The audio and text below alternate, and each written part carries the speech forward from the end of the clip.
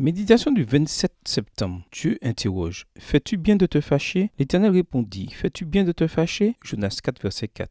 L'histoire de Jonas est fascinante. Le livre est si court et on peut en tirer tant de leçons. Je te recommande de consacrer aujourd'hui un moment pour le lire en entier, pour rire et t'émouvoir avec cette histoire si humaine et divine. Lorsque Jonas apprit que Dieu avait décidé d'épargner la ville qui s'était repentie de ses péchés en prenant le sac et la cendre au lieu d'être le premier à se réjouir de ce miracle de la grâce, il se laissa gagner par l'idée qu'on le considérerait comme un faux prophète. Jaloux de sa réputation, il perdit de vue la valeur infiniment grande des âmes de cette ville corrompue. Extrait du livre Prophètes et Rois, chapitre 22, page 207. Imagine-toi à l'intérieur d'un poisson. Imagine que le président de ton pays déclare un jeûne national. Imagine que tu aies la voix cassée à force de proclamer que quelque chose se produira et, en fin de compte, que cela n'arrive pas. C'est une histoire particulière, avec des réactions particulières et des réponses inattendues. Nous savons très clairement de quelle façon nous nous comportons bien souvent face à la repentance et la confession des autres. Jaloux de notre réputation ou de ces structures auxquelles nous obéissons au pied de la lettre par peur et non par amour, notre vitrine s'effondre quand la grâce divine entre en action. C'est elle qui fait tomber les armées du mal par le don unique de la grâce. Quand Dieu essaie de nous raisonner, comme il a fait avec Jonas, nous faisons demi-tour, nous boudons et nous nous asseyons pour cuire au soleil de ce monde de péché, comme s'il